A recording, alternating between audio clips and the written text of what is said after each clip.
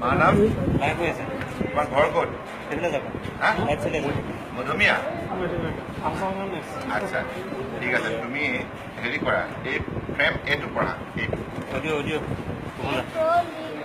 জোৰকে A crow lived in a forest with his friend. It was a hot summer day. The crow felt very thirsty and told his friend, "Can you give me a little water to drink? I am thirsty." His friend said, I am also thirsty, but there is no water.